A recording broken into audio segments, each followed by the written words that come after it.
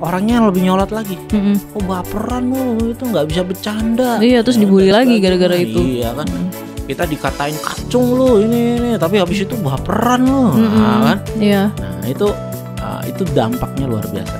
Kalau kamu lakukan begitu lagi, saya lapor. Nah biasanya kan gaslightingnya adalah pengadu lo, ya kan? Nah pengecut lo, ngelapornya sama guru, ya kan? Dan sebagainya. Enggak, saya justru berani melaporkan itu pada orang dewasa. Untuk pelakunya ada nggak dampak buat dia? Nantinya dia akan trauma nggak karena merasa bersalah mungkin nantinya karena pernah jadi pelaku? Ya tadi sebenarnya pelaku itu kan punya dasar.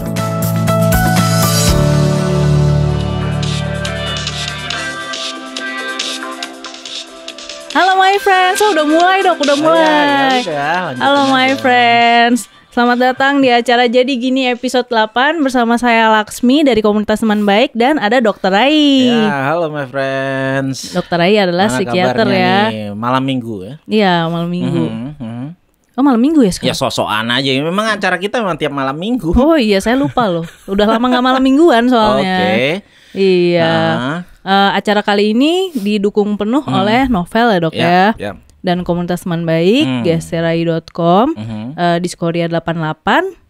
Udah ya? Oh iya udah. Ya betul. Ya. Sekarang apa sih topiknya nih? Wah udah banyak juga nih yang masuk nih ya. Iya udah banyak Musa yang halo-halo Octave, nih. Kasih Immanuela. Wah. Jody, halo Kak Laksmi, halo Dr. Rai, apa kabar? Halo, baik Jody. Ya. Iya, sekarang topiknya itu tentang move on dari dampak bullying dok. Ya, bullying. Wah, itu tuh. Iya, berat nih kayaknya topiknya sebenarnya. Enggak, pasti hampir semua orang pernah mengalami kejadian, entah menjadi korban atau menjadi pelaku. Ya kan, betul, seperti itu. Apa ya? Ini yang ikutan di sini pasti punya ketertarikan tersendiri nih, ya kan? Iya, dari bullying atau bahasa Indonesia nih perundungan. Perundungan. Iya. Tapi kalau Laksmi sendiri pernah nggak nih ngalamin? Pernah dok. Bullying. Iya. Saya dibully sama orang-orang satu bis. Satu bis? Metro Mini. Waktu SMA. Gara-gara muka saya jerawatan. Terus diketawain, ih mukanya jerawatan gitu sambil mereka lewat. Wah itu sebel banget dok. Oh maksudnya Laksmi nggak di dalam Metro Mininya? Enggak, saya lagi jalan. Jalan dengan santai, mengurusi hidup saya sehari-hari. Terus mereka tiba-tiba lewat, tuh saya dikatain. Kan sebel ya, itu bullying bukan dok maksudnya. Itu parah banget. Tapi beneran jerawatan? Beneran jerawatan sih. Fakta sih memang. Oh fakta, mungkin fitnah berarti ya? Iya. Gitu. Kalau saya dulu sering dibully karena, jadi ketika SMP saya tuh pertumbuhannya kurang baik. Gimana tuh? Jadi lambat tumbuh gitu. Kalau orang SMP kan cewek-cewek udah pada bawanya boleh sebut merek nggak ya? Boleh lah ya. Ya boleh. Bawa majalah gadis, ya kan? Udah mulai bersolek ya kan. Iya. Nah laki-lakinya enggak tuh, masih main kelereng. Kebetulan postur tubuh saya tuh pendek. Jadi kalau orang Bali namanya cetu ya, cenit tua. Jadi kecil tapi kok umurnya udah besar gitu, udah dewasa. Gitu tuh. Tapi kemudian begitu SMP kelas 3, SMA, wah baru tuh bertambah tinggi ya. Tapi sebenarnya bullying itu kan lebih sering ya dialami ketika kita masa remaja ya. Iya betul. Karena sebenarnya masa remaja itu memang masa yang serba salah ya. Tinggi ketinggian salah, panggilnya jerapah biasanya kan. Dikatain. Iya dikatain. Kalau pendek ya seperti tadi bilangnya apa sih? Kateng ya paling sering tuh gitu kan. Nah, terus kalau gemukan, nah lain lagi. Ya kebun binatang lah namanya kan. Kalau kecil lain lagi nih. Tusuk gigi ya kan.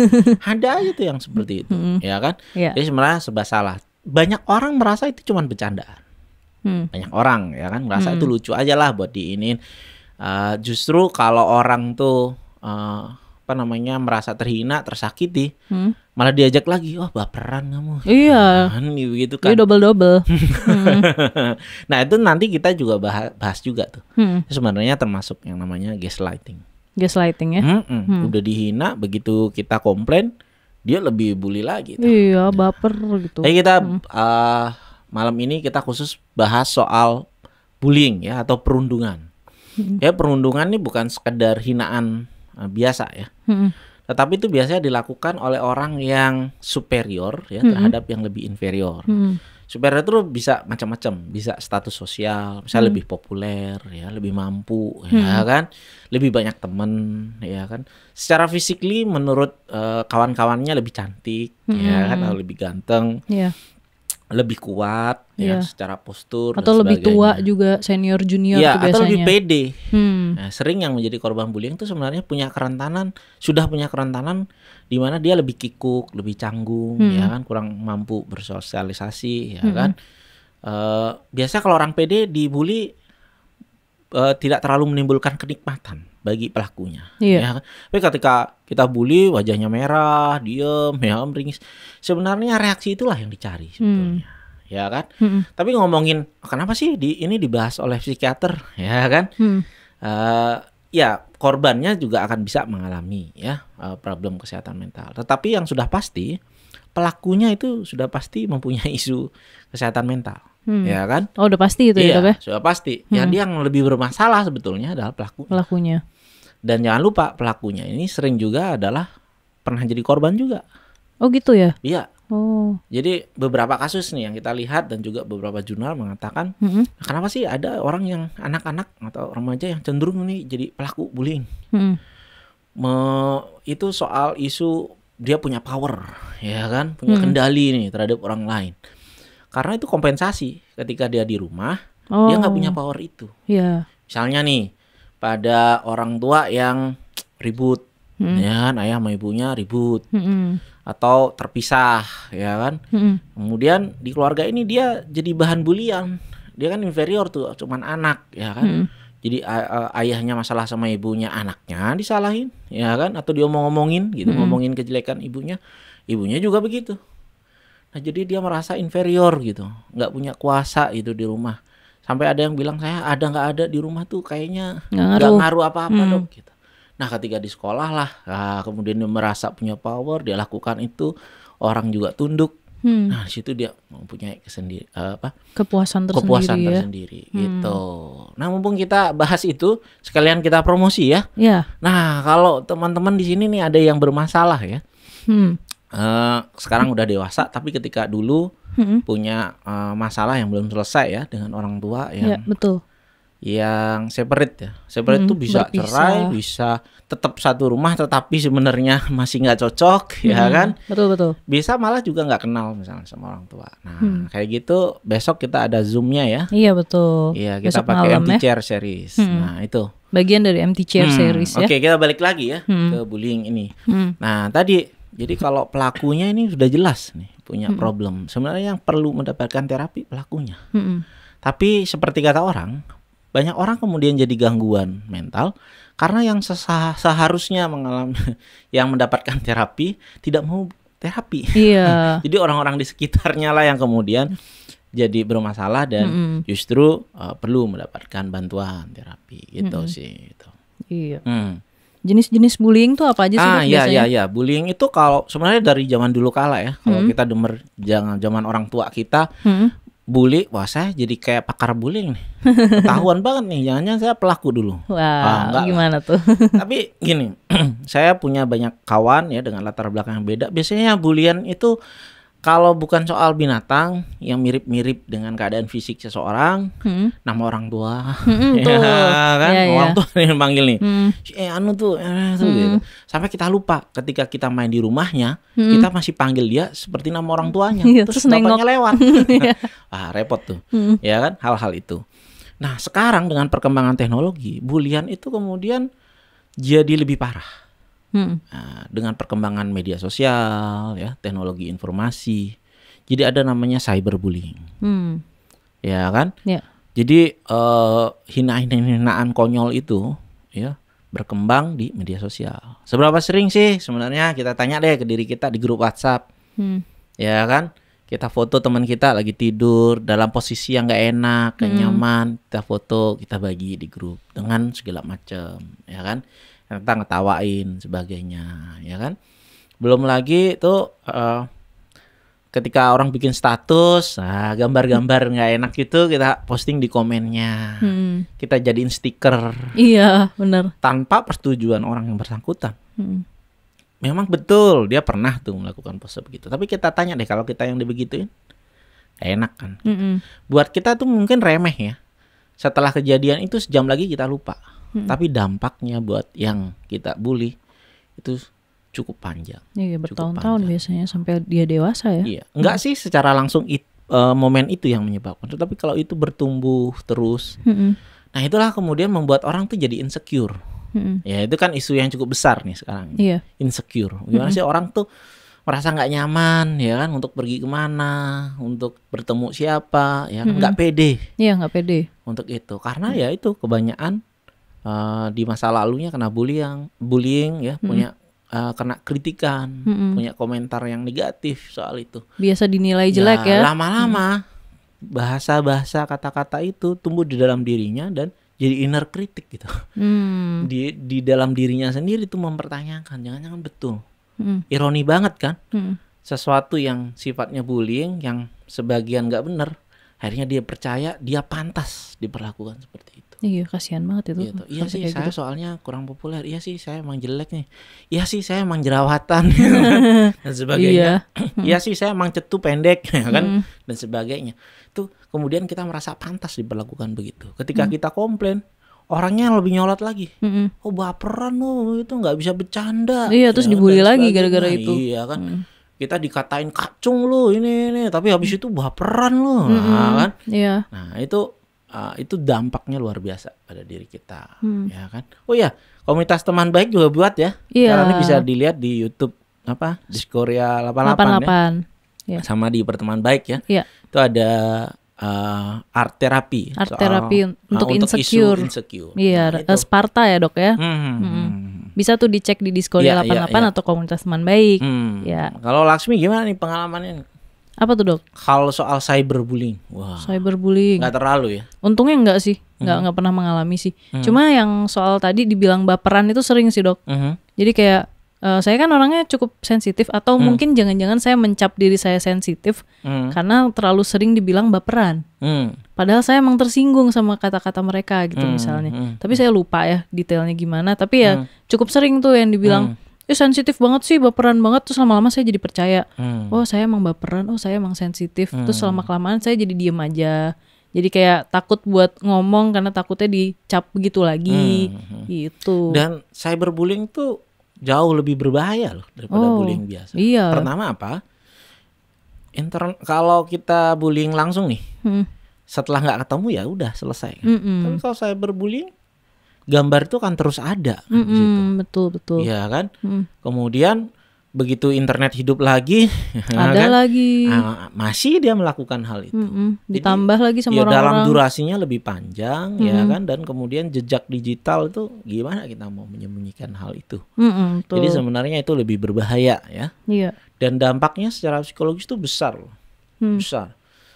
Selain isu-isu kayak tadi insecure, kurang pede, ya kan, jatuhnya nanti misalnya jadi fobia sosial, ya kan. Itu citra diri itu sangat penting, ya kan. Kemudian orang bisa jatuh ke dalam gangguan depresi, ya kan. Kadang-kadang campur dengan gangguan cemas, macam-macam, ya kan. Hal itu tuh cukup berdampak cukup panjang buat diri seseorang. Makanya tadi kadang-kadang kita menghina kenikmatannya beberapa menit, sejam kemudian kita lupa. Tapi orang yang kita perlakukan demikian itu bisa bertahan bertahun-tahun dalam ingatannya. Gitu. Iya. Kalau untuk korbannya sendiri tuh ada nggak sih dok dampak dari bully yang dia lakukan itu untuk untuk pelaku? Ya. Untuk pelakunya ada nggak dampak buat dia? Nantinya dia akan trauma nggak karena merasa bersalah mungkin nantinya karena pernah jadi pelaku? Ya tadi sebenarnya pelaku itu kan punya dasar seperti saya bilang. Jadi ya sebenarnya yang mempunyai isu kesehatan mental sebelumnya adalah pelakunya. Dia sendiri biasanya akan menjadi sebelumnya adalah seorang korban. Tetapi kemudian dia harus menindas ya kan untuk mendapatkan rasa percaya dirinya. Tapi sebenarnya enggak juga. Jadi tidak ada kepuasan dari hal itu, ya kan? Justru kalau dibiarkan, nah ini fenomenanya justru berbeda.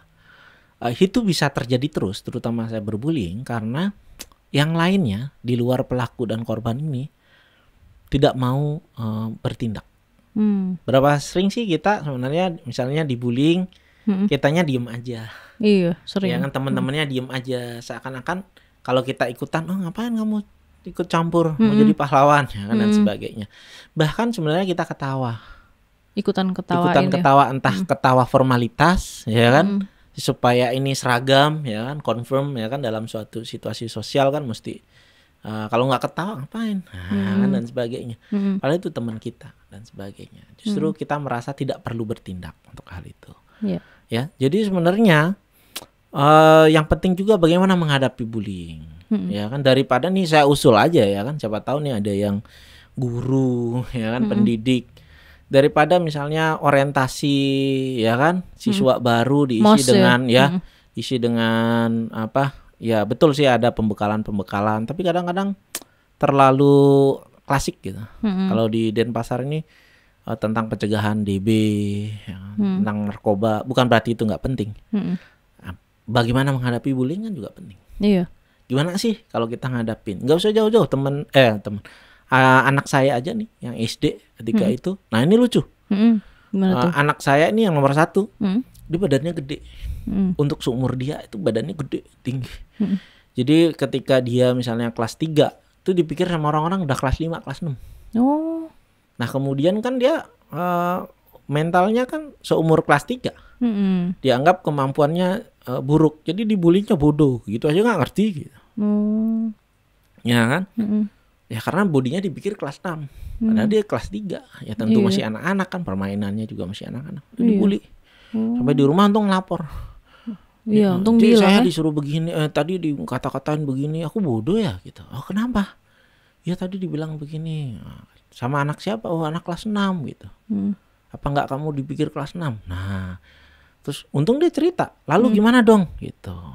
Untuk menghadapi itu biasanya orang apa, menunjukkan kalau kita kemudian terhina, kita nangis. Nah, padahal kenikmatan itu yang dicari oleh pembuli, ya kan? Kemudian biasanya marah juga sebuah reaksi, atau cuek. Nah, kita mestinya bilang, saya nggak suka loh dibilang begitu, saya marah loh, ya kan? Nah, boleh juga kalau kamu lakukan begitu lagi, saya lapor. Nah biasanya kan gaslightingnya adalah, pengadu lo ya kan, nah pengecut lo, ngelapornya sama guru ya kan dan sebagainya. Enggak, saya justru berani karena melaporkan itu pada orang dewasa. Supaya tuh saya kasihan nih sama kamu pasti bermasalah ya. Ajarin ngomong begitu. Wow. Nah kalau kamu ada masalah ngomong dong, nggak usah sampai pakai menghina begitu. Ya kalau kamu ini saya lapor guru. Gitu. Kalau gaslighting sendiri itu apa dok? Mungkin teman-teman banyak yang belum ngeh gaslighting itu apa? Ya. Nah gaslighting tuh satu istilah aja ya. Biasanya itu sebenarnya kalau dalam bidang psikologi, biasanya orang-orang dengan kepribadian narsistik yang melakukan itu. Gitu. Bagaimana dia yang penting, dia yang ini, kemudian memanipulasi orang lain. Ketika dia menghina, orangnya balik mengeluh dan sebagainya, dia atau berusaha mempengaruhi teman-temannya bahwa itu salah, kemudian dia mencari pembenaran, menginvalidasi itu ya. Menginvalidasi perasaan jadi kamu lebih aja menghina gitu. lagi nih, lebih menghina lagi orang, bahkan mengajak orang-orang lain ikut. Bahwa yang kita lakukan itu nggak pantas, itu bahaya kan? Bahaya. Jadi bapak blaming the victim, udah korban disalahin lagi nih. Ya dan seperti itu. Tapi upaya pencegahan tadi itu mesti muncul di dalam diri kita. Menurut saya itu sama pentingnya buat setiap remaja untuk ya kan, kalau syarat di sekolahan biasanya harus bisa berenang. Ya. Menurut saya harus tahu bagaimana cara menghadapi bullying. Itu. Kalau untuk saksi gimana dok? Apa yang harus dilakukan kalau misalnya saksi dia menyaksikan peristiwa bullying? Ikutlah terlibat di sana dengan mengatakan, wah nggak bisa nih, jangan seperti itu, ya kan? Nah kita harus begitu. Itu tidak menurunkan derajat kita, ya kan? Tidak perlu harus mengikuti ya siapa yang paling dominan dalam situasi sosial itu. Itu sih. Tapi nanti kita berikutnya ngomongin dampaknya kali ya. Bagaimana sih dampak itu dan bagaimana kita bisa move on ya kan, sesuai judul ini. Tapi apa nih, ada pertanyaan nggak nih sekarang? Banyak dok. Dari yang atas dulu kali ya. Dari Andrian, saya selalu ikut loh dok kalau sempat. Dong. Terima kasih. Itu tuh apa tuh? Setiawati Fadilah. Bagaimana ya kak cara nanggepin orang yang bully? case-nya tuh mereka screenshot foto aku di Instagram, terus mereka post di grup mereka dan dibully, diejek-ejekin.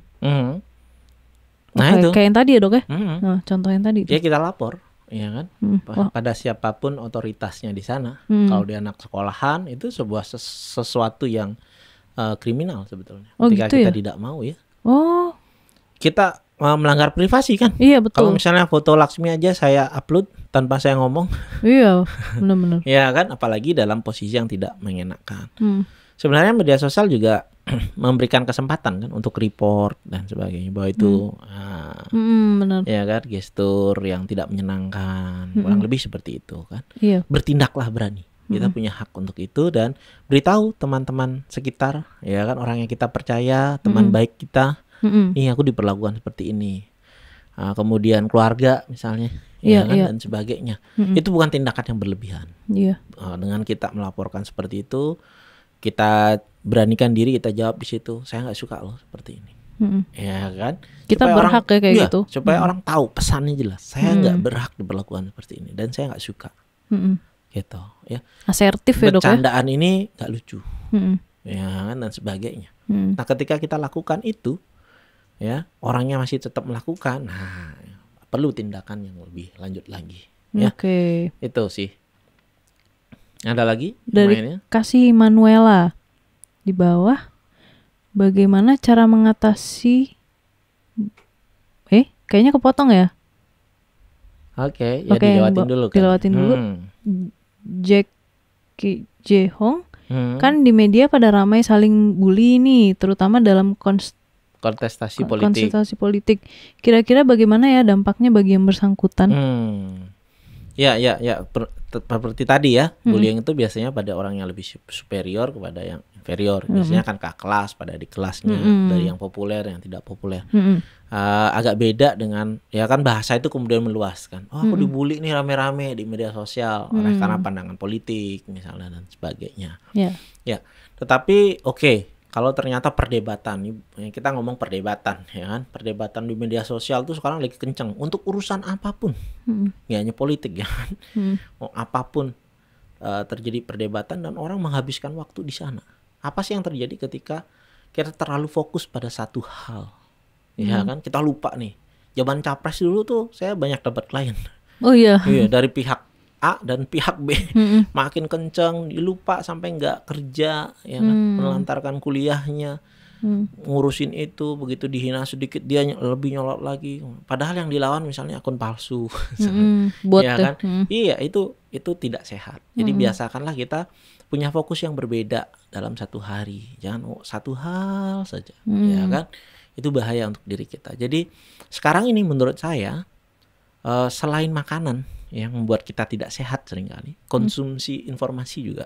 Benar-benar ya kan? Setuju tuh. Iya, jadi lebih baik nggak usah lah kita banyak berdebat, kita cooling down diri kita, ini mah nggak penting, saya ya kan, saya log out dulu sebentar, ya kan, dan sebagainya, saya butuh informasi yang lain dan sebagainya. Itu sih, ya, jadi hati-hati mempergunakan media sosial ini untuk diri kita, apalagi nama kita benar, ya kan, dan sebagainya. Sudah debat-debat seperti itu, wah. Ya, selektif buruk lah ya. Untuk kesehatan mental kita. Betul. Terus? Klasik kelas 8.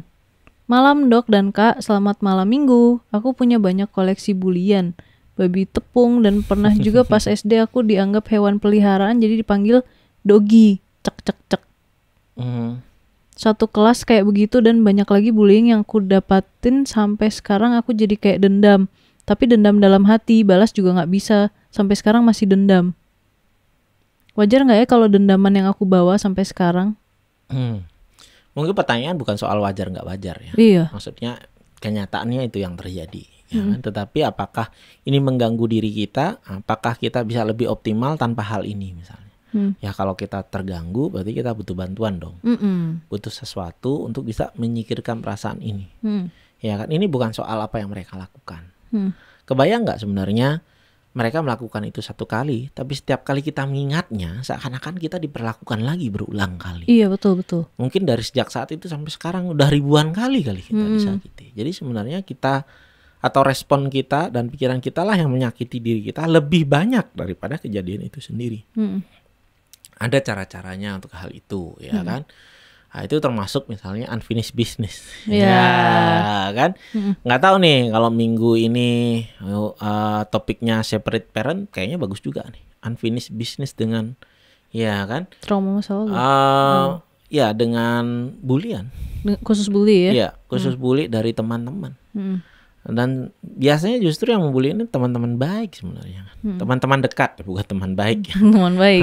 Teman dekat. Teman dekat nggak selalu baik ya. Dari lingkar terdekat kita justru. Nah, ada cara-caranya tuh bagaimana mengatasi unfinished business. Tapi kalau hal itu jatuh kemudian sampai misalnya mengalami depresi, yang mengalami gangguan cemas, dan kita sulit mengendalikan itu, mengganggu setiap saat dan sebagainya, itu membutuhkan bantuan terapi ya dari profesional kesehatan mental. Karena itu sudah sampai kemudian mengubah keseimbangan zat-zat kimia yang mengatur perasaan kita, pemikiran kita. Jadi nggak salah kok, bukan aib juga kalau kemudian kita butuh misalnya terapi obat, ya kan. Tapi jangan self diagnosis ya kan. Nanti baru saya ngomong soal depresi cari-cari, kayaknya saya masuk. Dicocok-cocokin. Iya dicocokin terus. Kayaknya saya ini, tapi nggak melakukan apa-apa untuk hal itu. Ya. Itu sih. Ada lagi nih yang di atasnya class 8 kayaknya ada tadi satu ya. Nggak ya? Itu aja tuh. Apa faktor dari Mumfazia 2110? Apa faktor yang menyebabkan seseorang jadi pembuli, Dok? Ya itu tadi, ada yang kurang di dalam dirinya. Kayak anak saya bilang kan, wah kasihan saya sama kamu gitu. Saya bilang, bukan kamu yang salah, bukan kamu yang kurang. Biasanya melakukan itu tuh dia kurang. Dia bilang kan, bisa aja tuh di rumahnya dia dihina-hina nih sama orang tuanya, ya kan? Dia nggak punya rasa percaya diri. Ya dengan cara itu dia pengen supaya pede. Dia pengen kelihatan lebih pintar, jadi dia harus bodoh-bodohin orang, saya bilang gitu. Dan ternyata anak saya punya keberanian, dia lakukan. Oh iya. Kasihan loh sama kamu gitu. Bapakku ini loh ngurusin orang gangguan mental loh, katanya kamu ini ada apa kamu di rumah nih. Wow. Terus gimana tanggapannya tuh? Itu.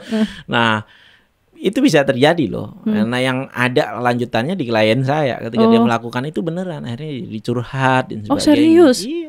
Wow. Gitu loh. Jadi teman dekat lagi jangan-jangan. Iya ya. Sejujurnya sebenarnya konflik-konflik itu kalau misalnya teresolusi ya kan.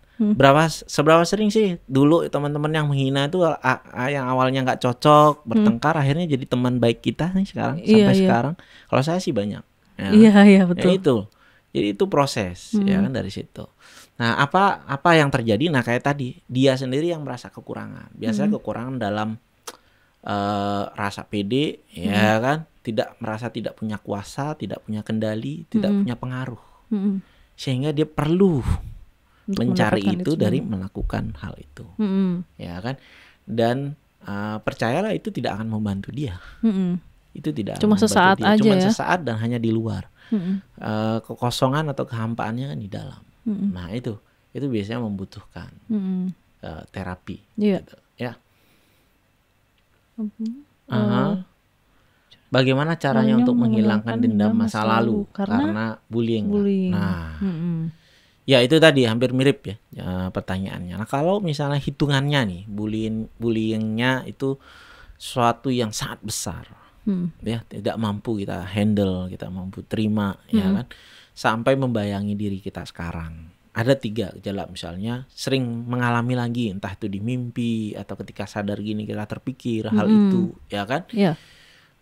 Mengalami lagi kejadian buruk itu. Kemudian kita menghindar dari situasi-situasi semacam itu yang mengingatkan kita. Yang mirip ya. Nah, ketika kita harus menghadapi itu, kemudian kita jadi hyperarousal, jadi dada berdebar, cemas, panik, ada yang histeris, ya nangis, ya kan dan sebagainya.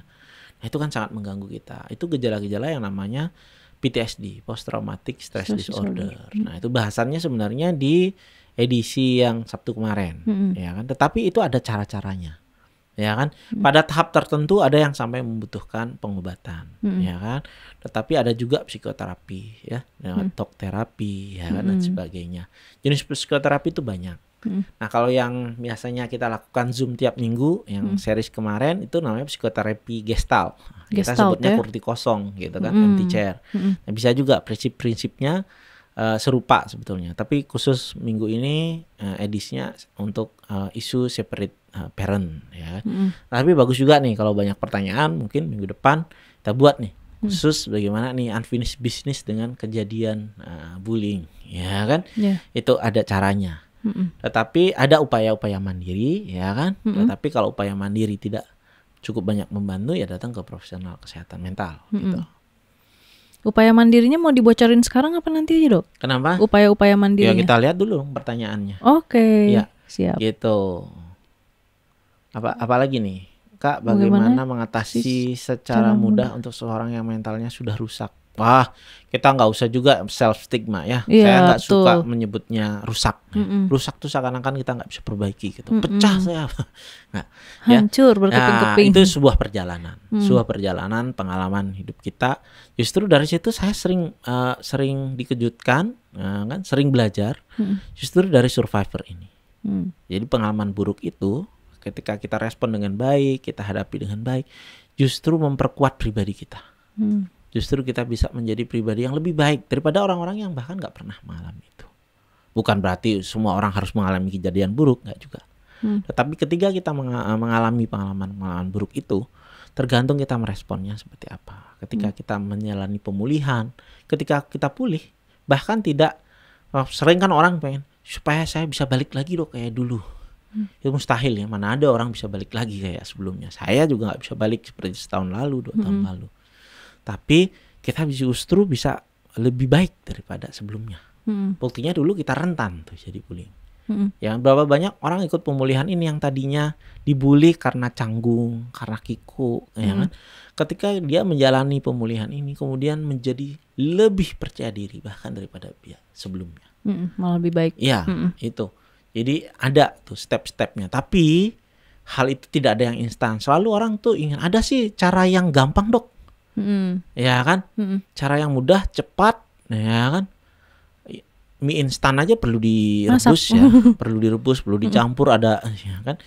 Nah itu, terus ada juga orang menasihati itu soal mindset, ya kan. Itu cuma, ya kamu tinggal menguatkan diri, ya kan? Banyak bersyukur.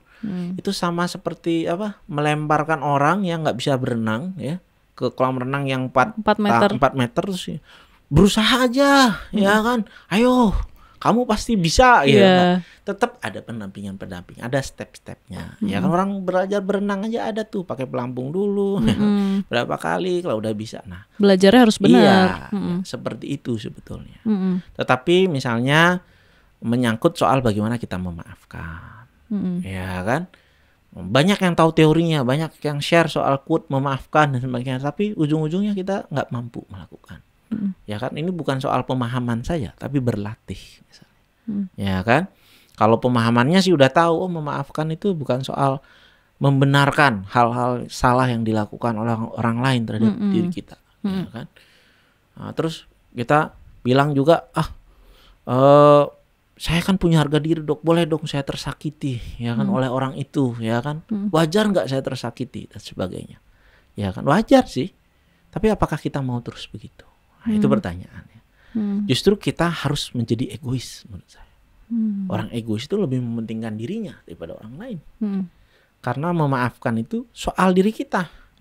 Ya kan, saya bilang orang dia menyakiti kita sekali, tapi kita ingat terus, setiap kita ingat kita tersakiti. Bukankah kita tidak egois itu? Kurang egois kita. Kalau egois kita memaafkan itu sehingga tidak membiarkan hal itu menyakiti diri kita terus-terusan ya. Gitu. Tinggal membuktikan, ya, saya nggak begitu kok, ya, mereka salah tuh, saya akan buktikan, gitu kan. Seringkali orang justru terpicu, ya kan, meresponnya enggak. Pernah kan kita bilang ada dosen yang kamu nggak bakalan bisa nih jadi sarjana, ya ternyata sekarang S3. Tapi bukan berarti bullying itu yang dilakukan itu benar, buktinya memacu orang sampai S3, ya tetap salah dong. Kebetulan responnya yang baik. Ya kan, dan sebagainya itu. Saya dibilang sate begoa, kate buin bawa. Waduh, ini bahasa Bali nih ya. Oh gitu. Sate begoa, kate buin bawa. Kate itu apa ya? Kerdil ya. Bawa itu pendek ya. Dan gigi tikus sampai sekarang saya masih ingat gigi tikus itu seperti apa ya. Ya ini kayaknya malam ini momen yang baik untuk mengeluarkan ya, mengekspresikan semua hal yang pernah di label yang dicantumkan pada diri kita. Saya paham benar hal ini pasti melukai perasaan kita, diri kita. Pasti. Tapi ya kemudian bagaimana kita kemudian kalau orang menyakiti diri kita dan kita tunjukkan diri kita tersakiti, kita tunjukkan diri kita terhina, bukankah orang mendapatkan kepuasan? Ya, lebih baik lewat pesan. Saya nggak suka seperti itu, ya kan, dan sebagainya. Daripada kita jadi nangis, orang itulah yang dicari sebetulnya, ya kan. Jadi penting sekali menghadapi hal itu. Tapi nggak apa-apa, itu cerita ya masa lalu. Justru baiknya kita lihat bagaimana kita bisa bangga dengan hal itu, ya kan. Iya. Tidak perlu sama kan dengan orang lain. Itu saya senang sekali. Dulu saya dibully malah ketika SMP karena nggak naik motor. Oh ya? Ya kan semua orang naik motor, parkir nggak di dalam sekolah. Kemudian ya karena mungkin terlatih saya merespon, saya mau pakai sepeda tapi yang antik lah. Kalau nggak dikasih, ya memang belum boleh sebetulnya kan. Anak SMP naik sepeda motor. Jadi saya pakai sepeda yang unik tuh. Wah, ada antena, ada ini. Ya kan, syukur ada beberapa orang yang mengikuti gitu. Jadi tergantung nih kita Mas. Kalau dia mau menyakiti, saya tersakiti, prinsip saya, wah berarti saya menyenangkan dirinya. Ya kan, tapi kalau saya tunjukkan saya nggak tersakiti, ya kan, paling enak tuh kalau merasa bodo amat gitu. Ya. Tapi kalau nggak bisa seperti itu dan itu salah ya kita bilang, ya kan, bahasa saya nggak suka nih, secara tegas pesan. Ya dan sebagainya. Atau ada cara-cara lain misalnya. Ya kan biasanya orang bullying tuh seneng kalau orang menanggapi, ya kan. Ya, kita jelekin lagi, gigi tikus lu, kamu gigi kucing ya kan? Dan sebagainya. Jadi itu. Iya. Tapi kalau misalnya nih Laksmi ngejek saya, Dok kamu hitam banget, ya lu kamu putih banget, gimana caranya biar bisa kayak kamu? Wah sih langsung diem ya, kayak. Aku pengen tuh. Kita mau bilang apa ya kan gitu. Jelek kamu, iya tuh kamu ganteng loh. Gimana caranya ya? Nah dan sebagainya, repot juga. Nah, penting kan hal-hal itu. Ya. Gimana cara kita merespons ya berarti ya? Itu yang lain, ya, cara mengatasi atau mencegah terjadi pembulian. Nah itu tadi yang kita bicarakan, ya kan? Wah ini Pak Nyoman, apakah Moboyo termasuk bully? Saya malah nggak tahu Moboyo itu apa. Oh kirain dokter tahu. Moboyo itu apa ya? Ya kan? Mungkin mengagung-agungkan dirinya. Ya kalau mengagungkan dirinya tanpa menjelekkan orang lain ya. Ya nggak apa-apa ya. Ya nggak apa-apa juga kan. Gitu. Ya kalau orang percaya ya kan. Itu sih ya itu beberapa hal yang penting nih kita lakukan ya kan. Iya. Nah banyak orang nggak paham sebetulnya apa yang terjadi bulian itu ketika terus terjadi dalam periode yang cukup lama. Itu juga bisa mengubah keseimbangan di dalam otak. Oh gitu. Betul. Jadi otak kita itu, jadi kalau sakit hati bukan hatinya yang sakit, tapi perasaan, pikiran itu di dalam otak kita. Ada organ yang berfungsi untuk memori. Ketika hal itu sering digaungkan, akhirnya kita menerima, kita boleh diperlakukan begitu. Dia muncul di dalam memori otak di hipokampus, gitu. Nah, kemudian dia akan mempengaruhi alarm tubuh kita, namanya amigdala, ya, dan hipotalamus itu untuk mood. Itulah kenapa kalau kita ingat kejadian yang jelek, langsung mood kita buruk, kemudian kita jadi panik, cemas, ya, histeris, ya, dan sebagainya. Merasa itu ada bahaya lagi, seakan-akan itu terjadi lagi, dan sebagainya. Mempengaruhi juga di bagian depan prefrontal kita, akhirnya jadi nggak bisa berencana, nggak bisa pakai logika kita, ya kan? Ya kalau kita diajak begitu, kalau nggak bener, ya ngapain didengerin misalnya. Dalam keadaan sadar begini enak sih ngomongnya. Tetapi ketika bukan itu yang terjadi, ketika hipokampus kita yang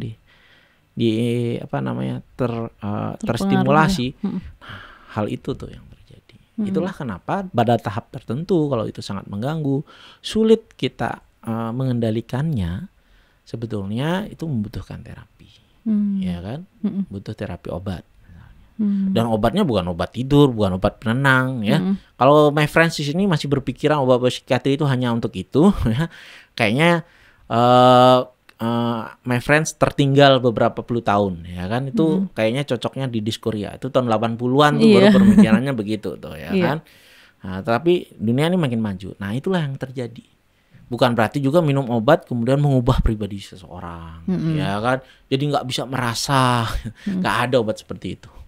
Ya, jadi sekedar bahwa kalau terlalu sensitif serotonin menurun, berarti dia perlu nih obat yang untuk meningkatkan serotonin. Kalau dopamin yang terlalu tinggi nih, ada yang perlu diturunkan. Seperti itu sebetulnya hal-hal tadi. Tapi obat saja nggak cukup. Ya, pada beberapa tahap itu penting, tetapi tidak cukup.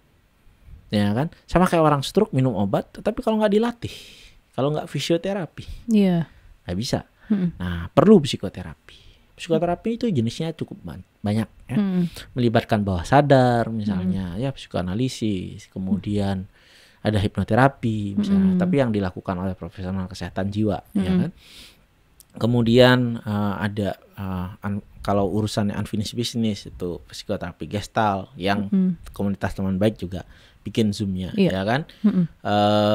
Macam-macam. Ada logoterapi misalnya. Ya kan, kita mencari makna di balik itu. Oh ada ya, itu saya baru dengar. Itu gimana tuh? Itu yang buat Viktor Frankl namanya. Dulu dia mengalami penyiksaan, ya. Oke.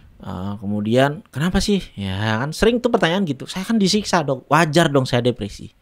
Saya bilang nggak ada seseorang, ya, yang harus mengalami depresi terus menganggap itu wajar. Ya kan wajar dok, saya disiksa ya. Tapi bagaimana kita merespon hal itu? Makna di balik itu. Sebenarnya penderitaan, ya, atau kegembiraan itu sebenarnya tergantung respon kita.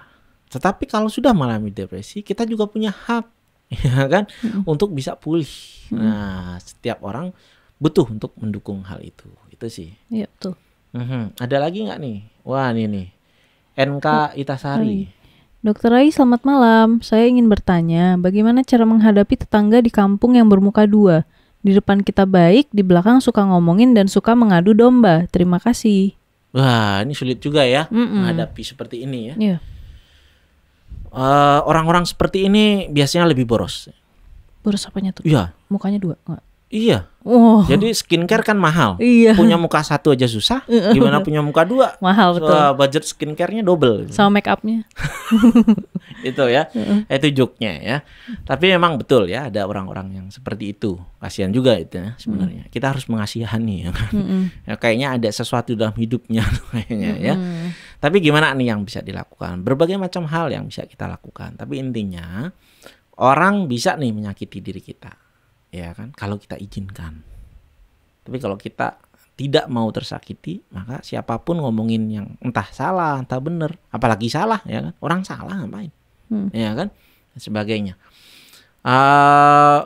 Kalau saya biasanya, ya kan, sering juga tuh begitu. Ada nih murid saya misalnya lapor, dok diomongin tuh sama si itu begini. Saya bilang, ini perasaan omongan bukan buat saya deh. Gitu. Kenapa dok? Loh iya kan dia nyampeinnya ke kamu. Saya tadi baru ketemu orangnya dan dia baik-baik aja sama saya bilang. Jadi omongan tuh bukan buat saya. Salahmu menyampaikan pada saya bilang. Ya kan?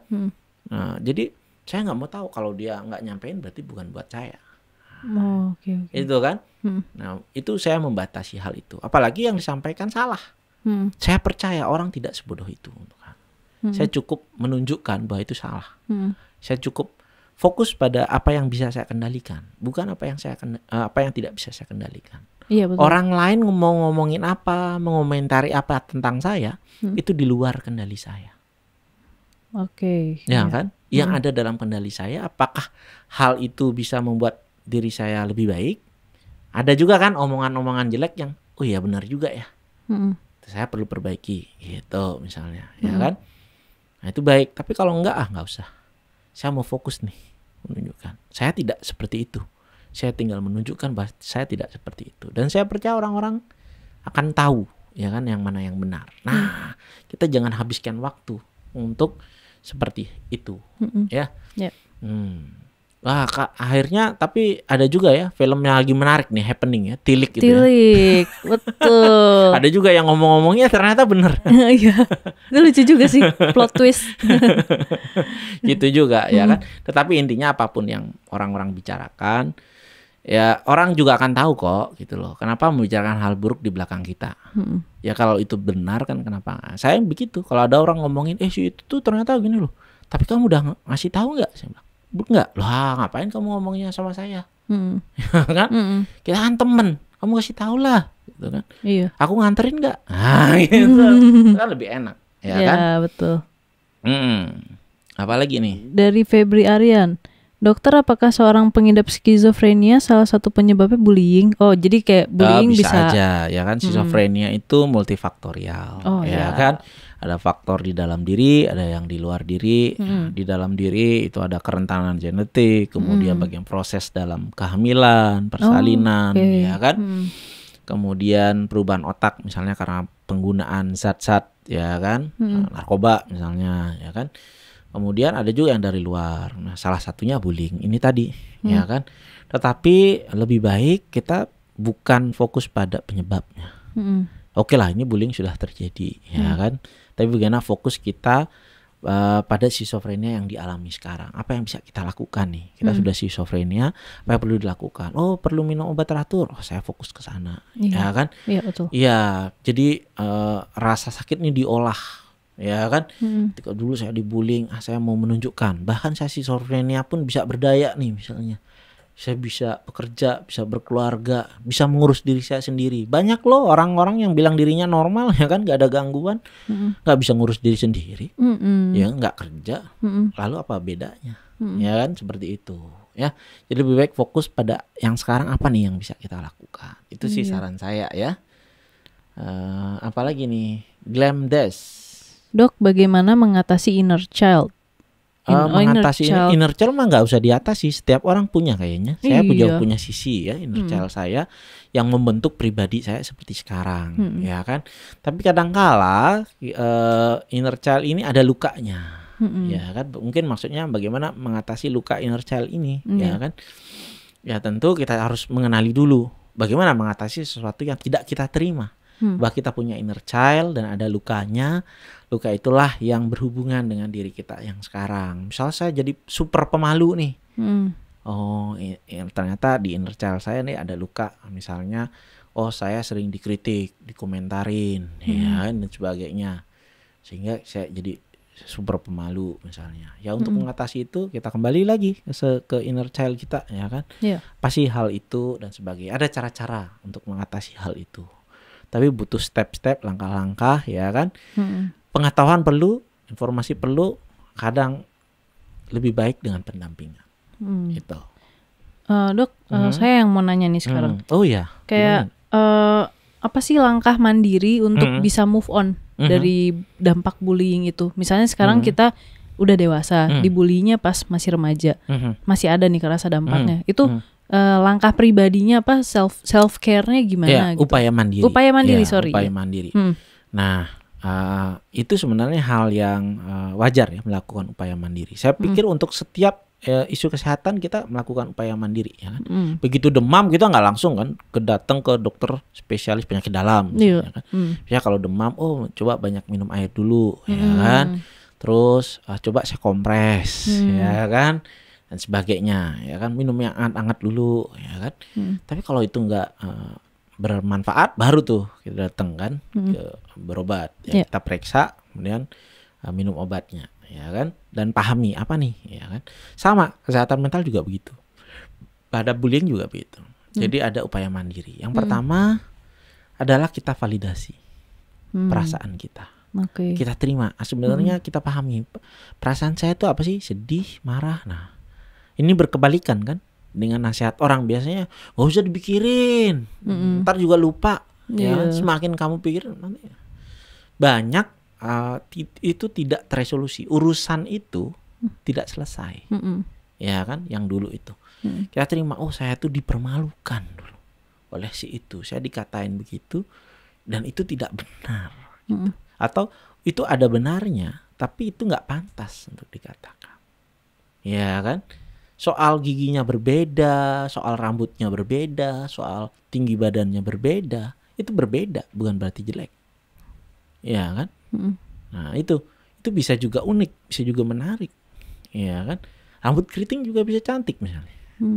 Kulit hitam juga eksotis. Ya kan? Nah, itu memvalidasi, oh saya marah, saya sedih ketika itu, tapi saya tidak mengatakannya pada saat itu. Kenapa nggak kita ekspresikan sekarang? Tapi kan temannya udah nggak ada, Dok. Nggak apa-apa, itu bukan masalah teman kita, itu masalah kita. Kita perlu mengekspresikannya, entah dalam bentuk tulisan. Nah itu tadi itu ada mungkin butuh nih ya kan program di Sparta ya, nanti usul sama Bu Gresia ya. Iya.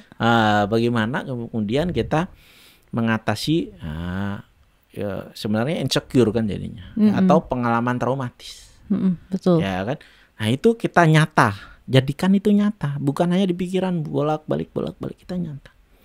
Ya. Nah, kita mau mengatakan apa saat itu yang belum kita katakan pada teman kita. Nah itu kita katakan. Saya nggak pantas loh seperti itu. Iya kan.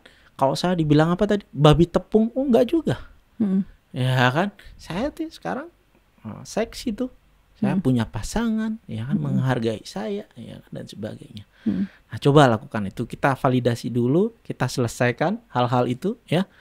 Nah, kalau itu sudah kita lakukan, apalagi kita sharing ke teman baik kita, ya kan, lakukan aktivitas yang meningkatkan rasa pede kita. Tapi ternyata tidak berhasil, carilah pertolongan. Tidak ada yang lebih natural daripada seseorang yang mengalami gangguan kemudian mencari pertolongan. Bisa ke psikiater, psikolog klinis, atau perawat jiwa, atau konselor. Iya betul. Ya kan, begitu deh. Atau teman baik juga bisa, Dok. Iya. Curhat sama teman baik dulu kan, bagian dari upaya mandiri ya kan. Iya betul. Nah, kalau nggak punya teman baik, datangnya ke komunitas teman baik. Iya ya kan. Bisa. Nah, sekalian kita belajar jadi teman baik buat orang lain. Nah, kalau nggak bisa juga bisa datang profesional kesehatan mental gitu sih. Wah Dok, nggak kerasa nih ternyata waktunya udah mau habis. Memang kita sengaja bikin nanggung kayaknya. Iya. Seakan-akan ada yang masih perlu di-share, tapi karena waktunya kurang. Gimana lagi dong kita buka gitu. rahasia gitu. Iya. Nah, tapi teman-teman bisa ini ya, kasih masukan misalnya kalau misalnya pengen ada Zoom tentang itu kayaknya cocok bullying. nih, ya kan? Kalau kemarin secara umum bagaimana inner child, bagaimana kita mengunjungi inner child kita. Di seri kedua besok, teman-teman bisa lihat posternya di Instagram saya atau di komunitas teman baik. Itu buat teman-teman yang unfinished business-nya adalah soal separate parent, ya kan? Tetapi mungkin ide baik juga bagaimana kemudian kita menyelesaikan unfinished business di masa remaja kita. Iya, bagus yang tuh. merusak citra diri kita. Nah, ya, nanti akan lebih detailnya di sana tuh. Tapi buat teman-teman yang memang punya problem khusus untuk itu, jadi kita lebih intens di sana. Itu sih. Iya. Oke, sekarang kayaknya kita akan undur diri dulu, tapi mengingatkan lagi ya, acara kita didukung oleh Diskoria 88, studio keren ini, komunitas teman baik. Dan ada dari Novel. Dan dari Novel tentunya. Ya, dia cukup banyak punya produk, ya kan, yang kemudian juga membantu banyak klien-klien yang menghadapi seperti ini. Dan aman kok, ya kan. Katakanlah untuk gangguan depresi atau gangguan cemas, semua itu bisa. Iya betul. Dan jangan lupa juga dari gstrai.com ya Dok ya. Nah teman-teman semua, my friends, terima kasih banyak nih udah nonton dan melayangkan banyak pertanyaan. Nanti yang belum terjawab mungkin bisa dibantu jawab sama Dokter Rai ya. Bisa juga. Bisa juga ya kan, nanti atau di Japri aja. Di Japri aja bisa di DM ya Dok ya. Iya bisa tuh. Ya kan. Tetapi intinya kan jawabannya kadang-kadang sepotong-sepotong, lebih baik nanti kita jadiin program ya kan, lebih intens. Ya kan? Betul. Oke, kita undur diri dulu. Terima kasih semuanya. Jangan lupa untuk menyaksikan minggu depan episode 9 untuk Jadi Gini ya Dok ya. Oke, terima kasih semuanya my friends. Bye-bye.